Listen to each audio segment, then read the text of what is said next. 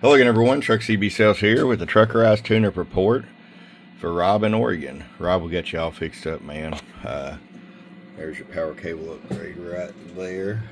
It's got the electrolytic cap upgrades, the Shiba voltage regulator upgrade, final upgrades, wideband transmit receive, all the audio and power mods.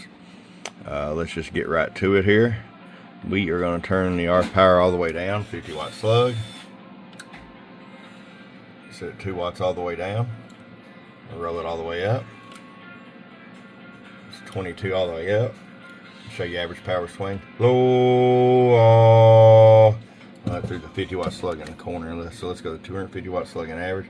Oh. So we're getting 65 bird. Go to the peak side. Low. 135 PEP. Alright, Rob, we're going to get this out to you, man. This version 2's a rockin'. From your friend Truck at truckcbsales.com. You got Wise and got Truckerized. Bum bum.